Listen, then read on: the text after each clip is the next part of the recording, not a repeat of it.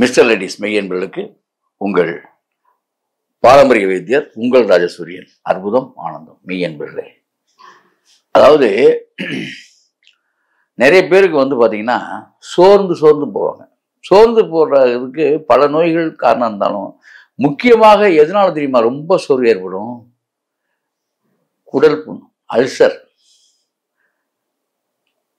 அது ரொம்ப பேருக்கு தெரியாது. வேற அந்த நோய் இருக்கா இல்லைன்னு கூட ரொம்ப பேருக்கு தெரியாது. சோர்ந்துருவீங்க காலில். இந்த அல்சர் வந்துட்டாலே கல்லீரல் போச்சுன்னு அர்த்தம். கல்லீரலும் போயிடும், ரத்த ஓட்டம் கம்மியாயிரும், அப்போ மொத்த ஓட்டம் நின்றோம். காரணம் என்ன அப்படின்னா, இந்த அல்சர் பிரச்சனை இருக்கக்கூடிய எல்லாருக்குமே இதுதான் பிரச்சனை. அப்போ குடல் புண்ணு வந்துச்சுனால வாய்ப்புண்ணு வந்துடும். இந்த குடல் எப்போதுமே நமக்கு இந்த நோய்கள்லேயே ரொம்ப பேருக்கு இந்த விஷயமே தெரியாமே வாழ்ந்துட்டு இருப்பாங்க. சாப்பிட்டோன்னே சோர்வாகுதுங்க, காலைல எந்திரிச்சோடனே சோர்வாகுதுங்க அப்படின்னா வயிற்றில் புண்ணு இருக்குன்னு அர்த்தம்.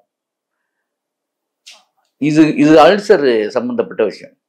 அப்ப இருக்கோ இல்லையோ மொத்தத்தில் வயிறு நல்லா சிறப்படையணும், குடல் நல்லா சிறக்கணும். குடல் சிறந்தா உடல் சிறக்கும், குடல் சிறப்படைஞ்சா உடல் சிறப்படையும். அப்ப என்ன செய்யணும் அதுக்கு? அப்ப குடல் புண்ணு ஆறுது. குடல் புண்ணு ஆறுனா முகம் அழகா இருக்குங்க. இப்ப நிறைய பேருடைய மூஞ்சி பாருங்க, குடுன்னு இருப்பாங்க. அந்த அழகு இருக்காது, தேஜஸ் வராது. ஏன் தேஜஸ் வரல?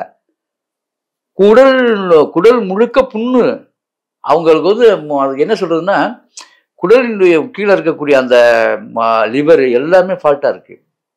அதெல்லாம் கஷ்டப்பட்டு தன்னுடைய பணிகளை செய்யுது. அது அகத்தின் அழகு முகத்தில் தெரியும்னா. அப்ப குடல் சிறப்பா இருந்தா முகம் இயற்கையாக எழிலாக இருக்கும், அழகாகும். அழகா இருக்கவங்களே சில நேரத்தில் வாழ்ன மாதிரி தெரிவாங்க. அதுக்கு அடிப்படை காரணம் குடல்ல பிரச்சனை இருக்குன்னு அர்த்தம். வயிற்று வந்தாலே பாருங்க, நம்ம மூஞ்சி எப்படி ஆகுது, ஒரு மாதிரி ஆயிடும். அதான் விஷயம். இப்ப அதுக்கு தான் அன்பர்களே ஒரு அற்புதமான வைத்தியம் சொல்லும். இது குடல் நோயை தீர்க்கிறது ஒண்ணு, முக வசீகரமும் பெறும். அப்ப சீக்கிரமாவே இந்த மருந்தை சொல்லுங்கன்னு சொல்றீங்களா? ரைட், சொல்றேன். அதாவது இயற்கை அழகு பெறுவதற்கு நீங்க இந்த மாதிரி உணவுகளை எடுத்துக்கிட்டாலே நல்லா இருக்கும். முக்கியமா அல்சருடைய கண்டென்ட் தான் இது. அல்சருக்கு என்ன செய்யணும், அல்சர் தீர்றதுக்கு என்ன வழி? முதல்ல அந்த மருந்தை நான் சொல்லிடுறேன், விருந்து அப்புறம் சொல்றேன். இதுல இந்த அல்சரை போக்குறதுக்கு அற்புதமான மருந்து அம்மான் பச்சரிசி அப்படின்னு ஒரு இலை இருக்கு, ஒரு செடி இருக்கு, தாவரம். அம்மான் பச்சரிசி செடி. இந்த அம்மான் பச்சரிசி செடி எங்க கிடைச்சாலும் விடாதீங்க.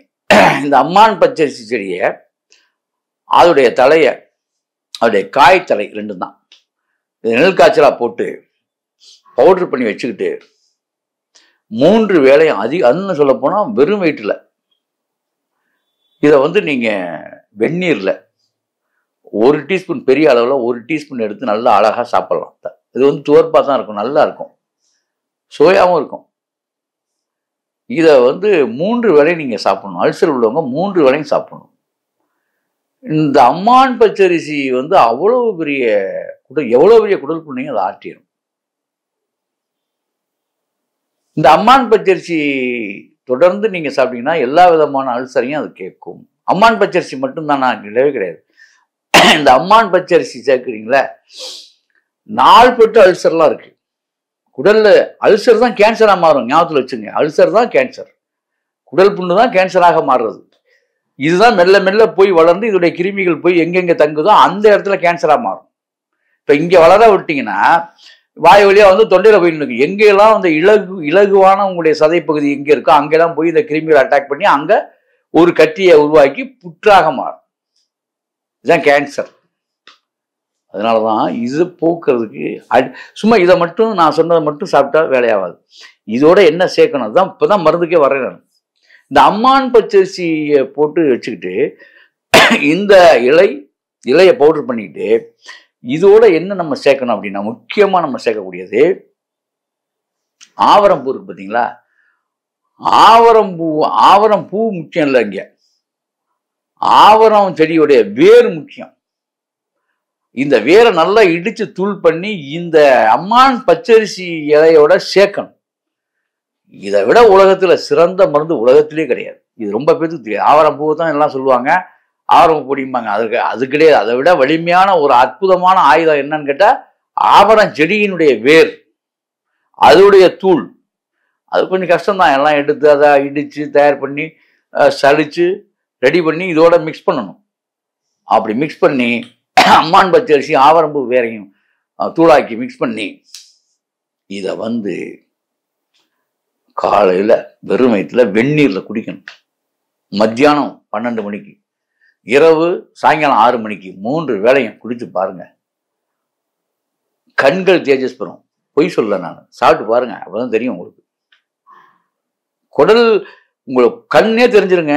குடல் நல்லா இருந்தா கண்ணே ரொம்ப சிறப்பா இருக்கும். குடல்ல பிரச்சனை வர வரத்தான் கண் நோய் வரும். எல்லா நோய்க்கும் அடிப்படை காரணம் குடல் தான். குடல் சரியானா உடல் சரியாகும். அப்ப நம்ம தான் ஆயுர்வேதிக்கெல்லாம் சாப்பிட்டு சுத்தம் பண்ணிக்க, அது கிடையாது. குடலுக்கு தேவையான வலிமை, அதுக்குள்ள விட்டமின்ஸ், குடலுக்கு விட்டமின்ஸ் இருக்கு. நீங்க எத்தனை சென்டிமீட்டர்னு கேள்விப்பட்டிருப்பீங்க, சயின்ஸ்ல போட்டிருப்பான் குடலுடைய நீளம் என்ன, அசந்து போயிருப்பீங்க. அந்த அளவுகோலாம் எடுத்து பாருங்க. இப்ப நான் சொல்லிட்டு போறேன் உங்களுக்கு. அப்படிப்பட்ட ஒரு அற்புதமா, அதுக்கு பூரா போஷாக்கு நீங்க தரணும்.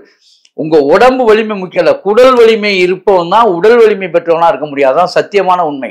முதல்ல புரிஞ்சுக்கங்க. அப்ப அந்த குடல் வலிமை பெறுவதற்கான மருந்து தான் இப்ப சொல்லியிருக்கேன். இது வந்து தேவ ரகசியம் இப்ப நான் சொன்னது, சரியா? மிஸ்டர் ஐடிஸ் மையன்பர்களுக்காக இதை நான் சொல்றேன். இப்ப இதை வந்து நம்ம வந்து சரியா நெறியா வந்து நம்ம எடுத்து வச்சுக்கிட்டு முறையா நம்ம கையாண்டோம்னா நல்லா இருக்கும். உண்மையான மழைத்தேன் கிடைக்கணுதுக்கு சரியா 12 மணிக்கு முன்ன பின்ன போயிடக்கூடாது. உச்சிக்காலம் 12 மணிக்கு மழைத்தேன் அதை குழைச்சு சாப்பிட்டீங்கன்னு வச்சுங்களேன். ஒரே ஸ்பூன் தான் குழைச்சு சாப்பிட்டீங்கன்னா, ஆனா சுத்தமான தேனா இருக்கணும். அதுதான் ஏன் நான் சொல்லாமே இருந்தேன். இப்ப கூட ஏன் சொல்றேன்னா, உண்மையான தேனை கண்டுபிடிச்சு வாங்கணும் நீங்க. அப்படி உண்மையான தேன்ல நீங்க அதை சாப்பிட்டீங்கன்னா ஒரே வாரத்துல மாற்றங்கள் தெரியும். ஆக இதெல்லாம் வந்து அப்ப இப்படி சாப்பிடும்போது என்ன செய்யணும்? புளி சேர்த்துறவே விட, புளிவாகவே ஆகாது. இந்த மாதிரி அந்த புளி சேர்க்காத உணவுகளை மேற்கொள்ளும் போது உங்களுக்கு நல்ல மாற்றங்கள் வரும். அதே மாதிரி மாமிச உணவுகள் சுத்தமா ஆகவே ஆகாது. முட்டை கூட சேர்க்கக்கூடாது உங்களுடைய குடல் வலிமை பெறுவதற்கு. என்ன சார் இந்த மாமிசமே வேண்டாம் எப்போ வேணா சொல்லிட்டே இருக்கீங்களே அப்படின்னா, ஆமா, உண்மையான உங்களுடைய அழகு கெடுதுங்கிறேன் நான். சாத்வீகவாதிகளுக்கும் இப்போ சாத்வீக உணவுகளை மேற்கொள்றவுடைய மூஞ்சிக்கும் மாமிச பிரச்சனை சாப்பிட்ற முகத்துக்கும் ரெண்டுக்கும் வித்தியாசம் தெரியும் உங்களுக்கு. நீங்க நல்லா பாருங்க, தெரியும் உங்களுக்கு. அதுக்காக நான் சொல்ல, பொதுவாகவே வந்து உடலுக்கு தேவையில்லாத விஷயங்கள் அதுல இருப்பதாக சொல்லப்படுது. சித்தாவில் சொல்லப்பட்டது தான் நான் உங்களுக்கு சொல்றேன், நானா புதுசா சொல்லல. அப்ப இவைகளை ஒதுக்கி வைத்து விட்டால், பத்தியம் இருந்து ஒதுக்கிட்டீங்கன்னா நீங்க வந்து அற்புதமான அழகு பெற்றவராக, வலிமை பெற்றவராக மாறிடுவீங்க. ஆகவே அன்பர்களே, இப்படி செய்து அப்படி வாழுங்கள். அற்புதம், ஆனந்தம்.